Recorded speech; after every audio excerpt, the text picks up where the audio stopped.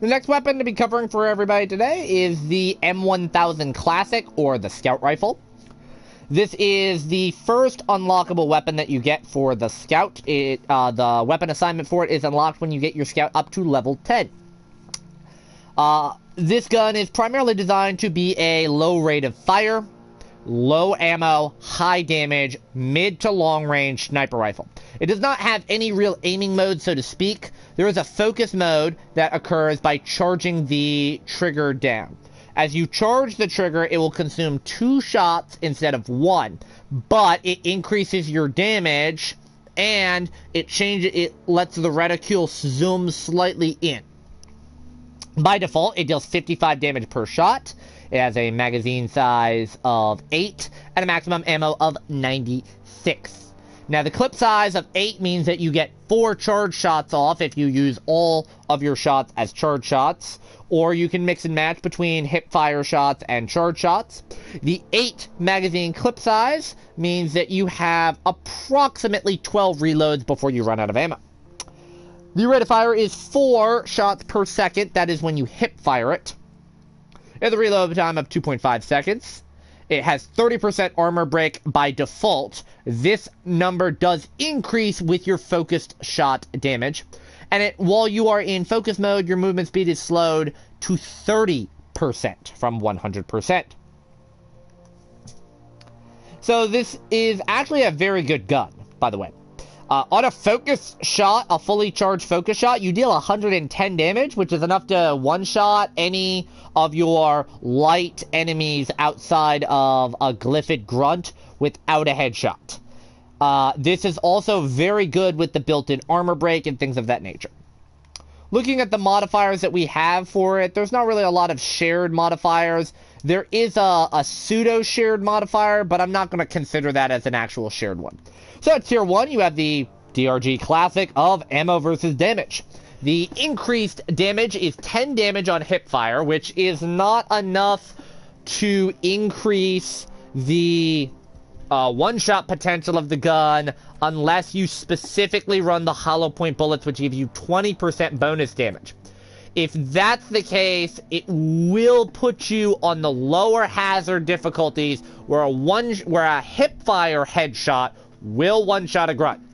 On higher difficulties, it's not going to happen. So, I don't like running this. On focus shot, this will increase your damage by default to 130. While that's nice, you're going to be one-shotting most things at 110. So, 20 extra damage isn't helpful. In my opinion, I run the extra ammo. This is 40 extra ammo, or 5 extra reloads. This is massively insane, because the thing that you forget is if you're using the charge shots, you're actually consuming 2 ammo a shot instead of 1.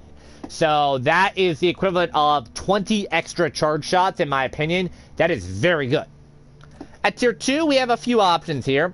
The better weight balance improves your hipfire accuracy and stability. So you have less spread between your shots and less recoil between your hipfire shots. If you are running the hipfire build, this is definitely the one to run. I primarily use it for charge shots. So for a charge shot user, you're going to have 2 choices. You're going to have the faster charging coils or the hardened rounds. The hardened rounds increases the armor break to 250%. Now, this means that you're going to destroy any armor on a charge shot in 1 hit outside of the heavy armor. Guaranteed. This also makes it so that you can hipfire armor very quickly. You can hipfire most heavy armor in 2 shots. The faster charging coils makes it so that when you're holding down the trigger, you get your charge shot faster. Now, in my opinion, you can go either or on those. It really depends. I usually go for the faster charging coils. Armor break is pretty good, especially if you're running the Zukovs, which don't have great armor break on them. At your next tier, you have the choice between the extended magazine or the greater focus damage bonus. Obviously, if you're running the hipfire build, you're going to want extended magazine. You're not going to be charging your shots, and you're going to want the extra magazine capacity. You can go either or with these, by the way, if you're doing that. You're going to want the extra magazine capacity to miss, so if you miss. For me, I like the charge shots. I run the greater focus damage build. Also, to mention, the 125% bonus damage without this. Okay? Without that, the damage is insane. You're going to go from 110 to 120. Now, that may not seem like a lot.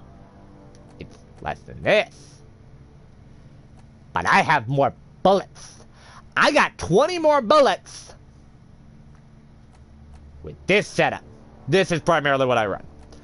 At tier number 4, we have a very obvious choice of the super blow-through rounds versus the hollow point bullets. Now, the hollow point bullets does make it so that you get 20% bonus damage on a weak point hit. This does stack with your focus damage shots. Yeah, no, it's not worth it. Your focus damage shots are going to one-shot pretty much anything anyways outside of Praetorian. And if you are fighting Praetorians, I mean, 2 or 3 shots is enough to kill it. Super blow-through rounds is what I run. This makes it so that charge rounds one-shot 3 enemies in a row. Hipfire rounds are going to 1 or 2 shot pretty much anything in a row. A maximum penetration of 3 is always something that I want to run because this does make it very good for killing crats. If you are running this, the Zukov is going to be your primary secondary option. If you run the Boomstick, it's not as big of a choice, although the Boomstick does have a penetrator mod of its own. At tier 5, which is unfortunately, again, pretty shitty, like all the Scout tier 5. These are supposed to be like mini overclocks. So we have 2 separate crowd control options here.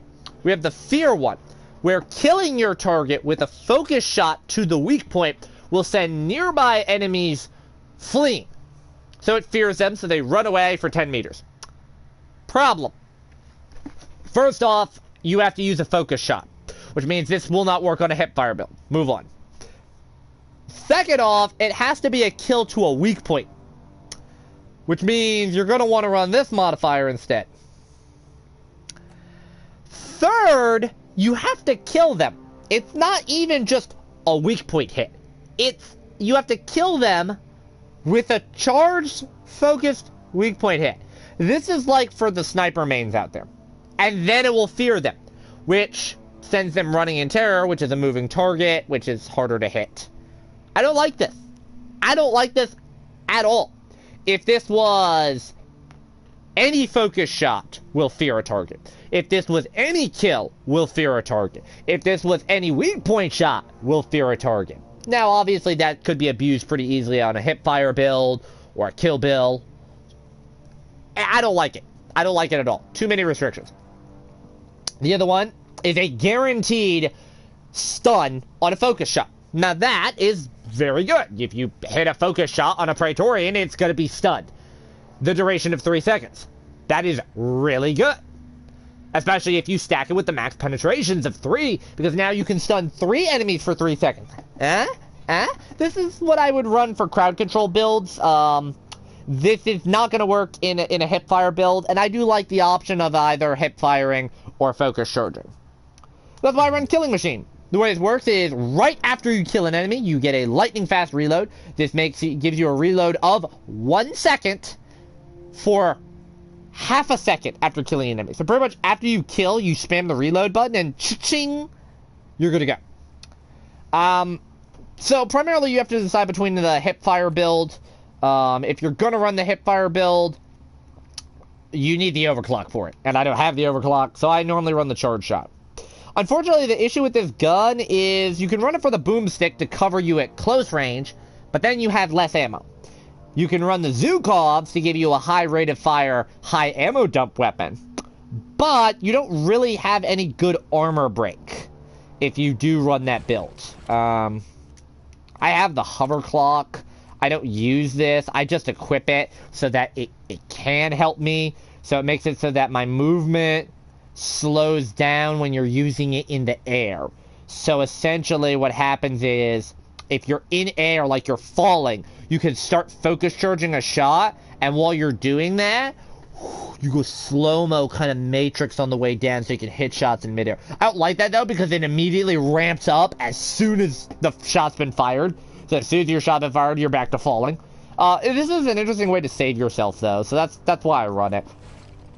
Honestly, though, this is a very specialized weapon. It does give the scout the ability to do an insane amount of damage. Like, you can do massive damage on focused charge shots at the cost of having to have very good aim, being very heavily penalized for your ammo as well. It's also not very good at close range, so on higher hazard difficulties, it is not great for dealing with swarms outside of a few very specialized instances. So, in my opinion, that's the main reason why I try and stay with the deep core as a pretty reliable standby weapon.